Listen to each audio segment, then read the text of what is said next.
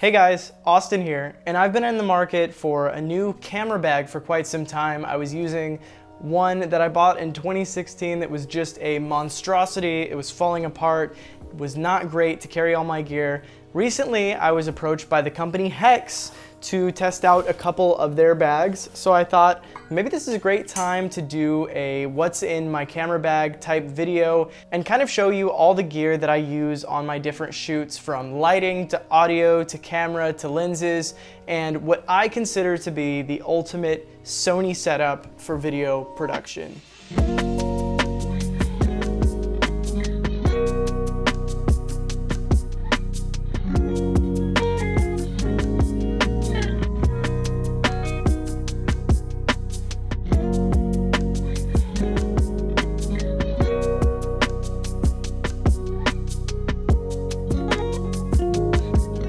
All right guys, and we are back, and I've got an absolute mess of gear in front of me, and I've got 3 Hex bags that I'm really excited to show you guys. Like I said, I've been in the market for a bag like this for some time. So the main compartment on the bag is actually on the back like this, and you can fit a lot of lenses, multiple camera bodies, filters, and more. You've got access on the side and on the top to get inside of here. But let's just kind of build this up and kind of talk about the type of shoots I would use this bag for. So obviously we're gonna start with the cameras, and here I've got the Sony a7S Mark III. We waited for this camera for so long.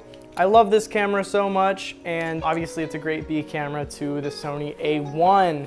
I put a small rig cage on these cameras, which is really useful to mount monitors and things of that nature. I've also got some little Peak Design straps on here. I've got a Peak Design camera strap that I like to use as well. And this is not the A1, but this is my old Sony a7 III that's going to stand in as my A1.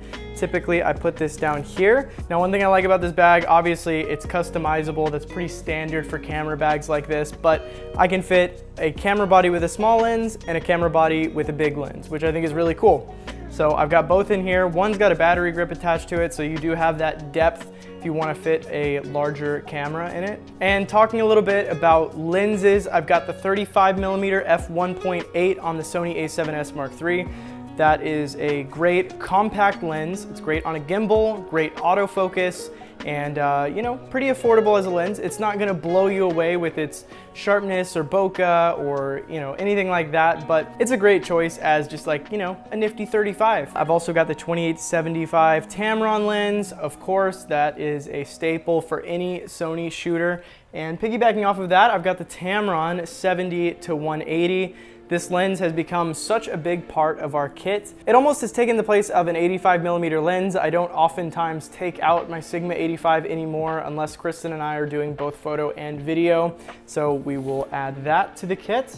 We will also be adding the Sony 20mm f1.8. This lens is absolutely incredible. It looks fantastic, focuses close.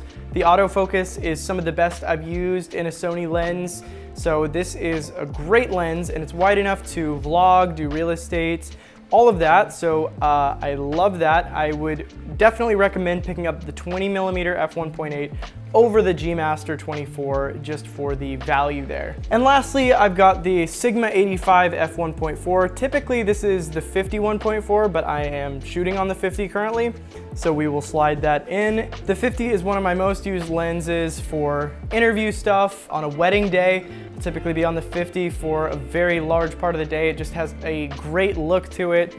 Great separation, shallow depth of field. Love the look and the character of the Sigma lenses. They're very, very clinical lenses, but that's, you know, kind of my style with them. Sometimes I might throw on diffusion to kind of get rid of a little bit of that just overly sharp clinical look, but sometimes I quite like it. So next we've got our filter bag, and we've got an assortment of filters in here. We've got a Pro Mist, we've got a Prism Lens FX Dream filter, we have a Polar Pro ND filter, we've also got 2 Moment variable ND filters. So my philosophy on filters is I love diffusion filters, and I have just an assortment of ND filters just so my exposure can be where I need it to be. Lighting conditions can vary quite a bit, so a variable ND filter doesn't quite cut it. For when the lighting is more controlled, or maybe I'm indoors but it's really bright, the variable ND is great. But when you're in very, very harsh sunlight and you want to shoot somewhat close to wide open, the solid ND64 from Polar Pro is a really good choice. Now, in addition to some of those diffusion filters,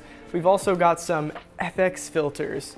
So a few of the highlights include this nice little diopter filter. We've also got a split diopter.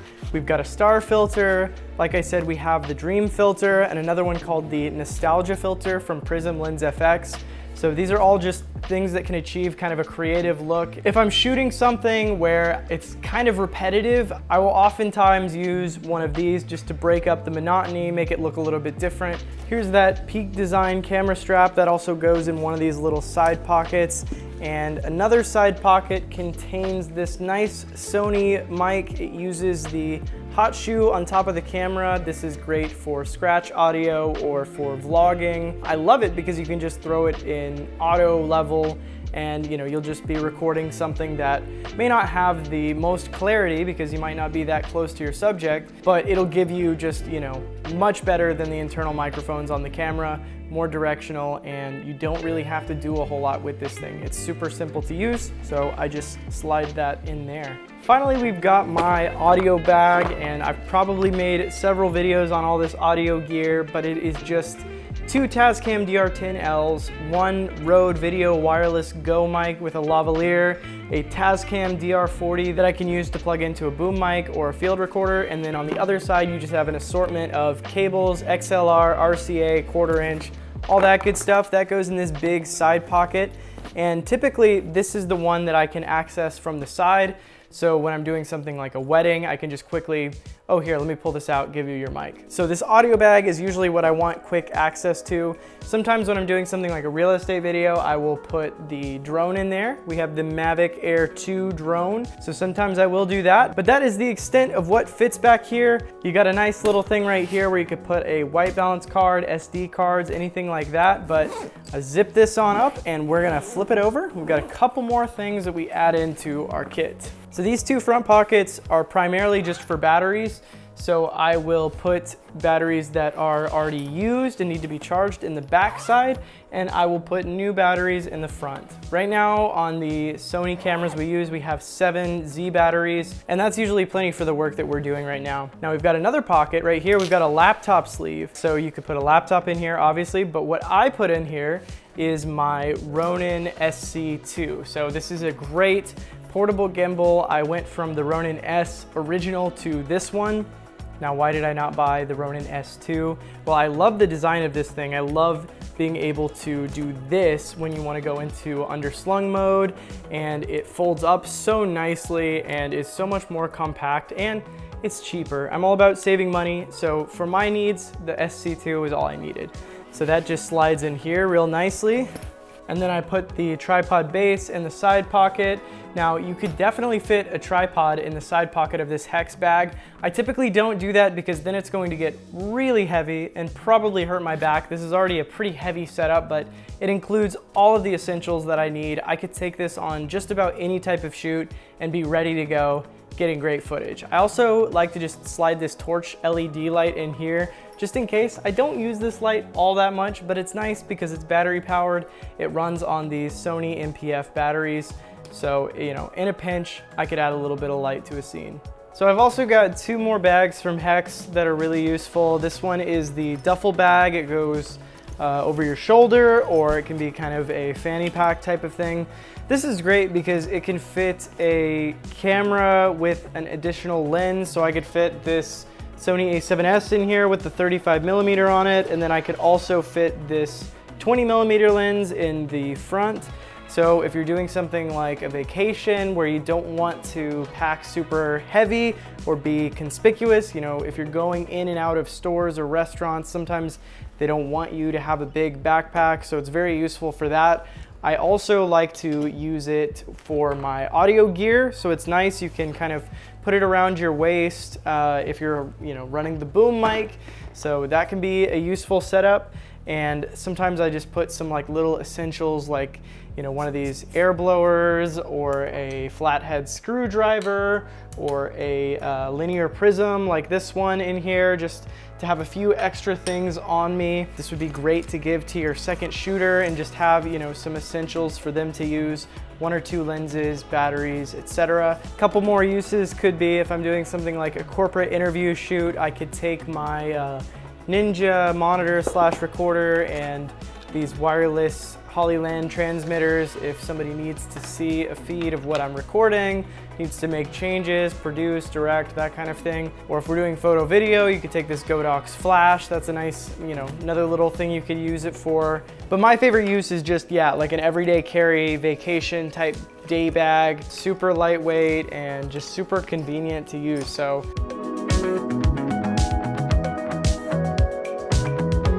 So that's it, guys. I think that this is the ultimate Sony camera setup. This is the best gear that I've used, what I think I am the most efficient and I can move the quickest, get the best images out of. Let me know what you guys think. And if you want to check out any of the work I've produced with this setup, just go to vimeo.com/ocularpop. You can look at all of our professional work there, obviously this YouTube channel, and of course, subscribe to the channel if you want more videos like this one. I will see you in the next video.